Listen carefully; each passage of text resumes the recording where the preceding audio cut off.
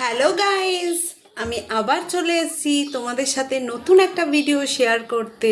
আজকে দুপুরের লাঞ্চ। জানি এখন দুপুর নয়, এখন বিকেল হতে যাচ্ছে, 3টে বেজে গেছে, 3:45 বাজে। কেন আমার একটু দেরি হলো? কারণ আমি না খুব বিজি শিডিউল, বিভিন্ন কাজের মধ্য দিয়ে আমি থাকি, তো সেই জন্য আমার একটা অনলাইনে পড়ানোর ব্যাপার ছিল, তো সেই জন্য আমার একটু দেরি হয়ে গেল। তো সেক্ষেত্রে আমি এখন লাঞ্চটা করছি কারণ আমার খুব খিদে পেয়েছে।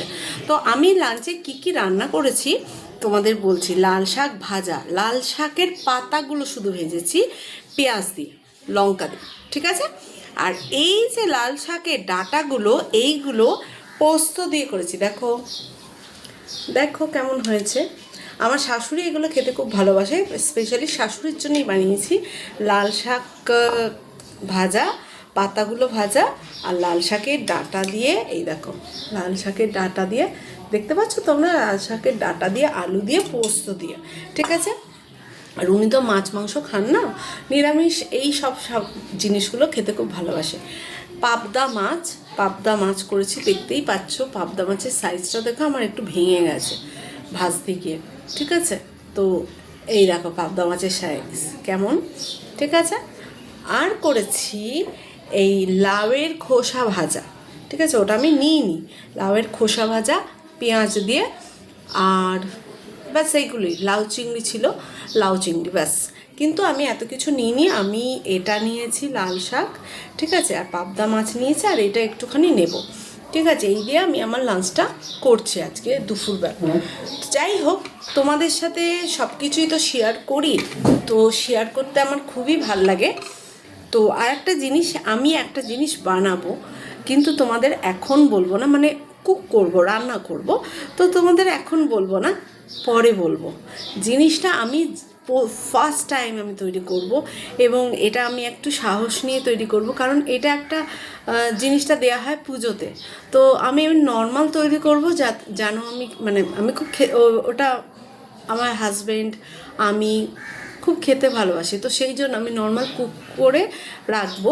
তো জানি না জিনিসটা কেমন হবে, কারণ দেখো পুজোর জিনিস, ঠাকুরের জিনিস, এর টেস্টই আলাদা হয়, সেটা তোমরাই জানো।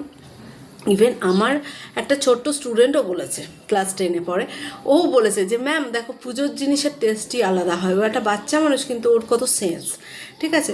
তবু আমি একটু তৈরি করব সাহস নিয়ে, দেখা যাক কেমন হয়। তো আমার এই লাঞ্চটা কেমন হয়েছে, লাঞ্চ থালিটা অবশ্যই তোমার কমেন্টে জানাবে।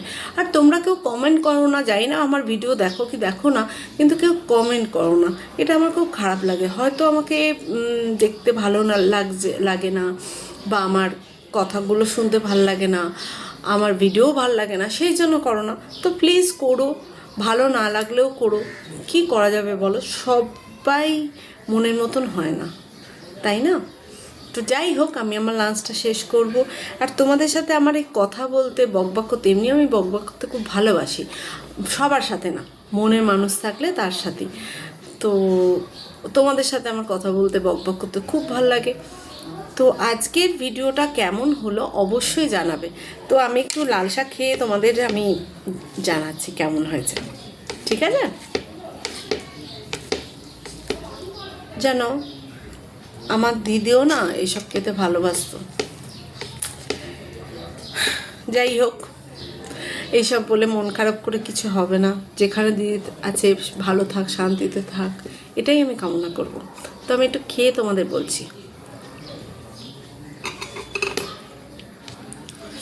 বিশ্বাস করো, আমি রান্না করেছি বলে বলছি না, এত টেস্ট হয়েছে, এত ভালো লাগছে খেতে। যদি তোমাদের আমি খাওয়াতে পারতাম, তাহলে তোমরা বুঝতে, তোমরাই বলতে আজ পর্যন্ত আমার রান্নাকে কেউ খারাপ বলেনি। কারণ আমি রান্নাটা এত যত্ন করে, এত সুন্দর করে বানাই, যে একটু টাইম লাগে, কিন্তু আমার রান্নাকে আজ পর্যন্ত কেউ খারাপ বলেনি। আমার রান্না খুব ভালো হয়, আমি নিজে থেকে বলছি না। তোমাদের যদি কারো হোম ডেলিভারি লাগে অবশ্যই আমায় বলো, ঠিক আছে। আমি কিন্তু খুব পরিপাটি করে, সুন্দর করে রান্না করি। আমার খাবার তোমাদের যদি খেতে ইচ্ছা হয়, তাহলে অবশ্যই আমাকে জানাও, ঠিক আছে। তো যাই হোক, অনেক কথা বলা হলো, তো আজকে আমি এই বলে ভিডিওটা শেষ করছি। তোমরা সবাই ভালো থেকো, আর আমিও চেষ্টা করব কতটা ভালো থাকা যায়, ঠিক আছে। তো ওকে, টাটা, চলো বাই। তোমাদের আমি অন্যান্য জায়গারও ভিডিও দেখবো, সবসময় লাঞ্চ ডিনার এসবের ভিডিও আমিও বোর ফিল করছি। দেখি যে কিছু ইনোভেটিভ আইডিয়া বার করতে পারি কি না। ঠিক আছে, আর কিছু লেখার ভিডিও আমি দেবো, কারণ আমি একটু আধটু লেখালেখি করি।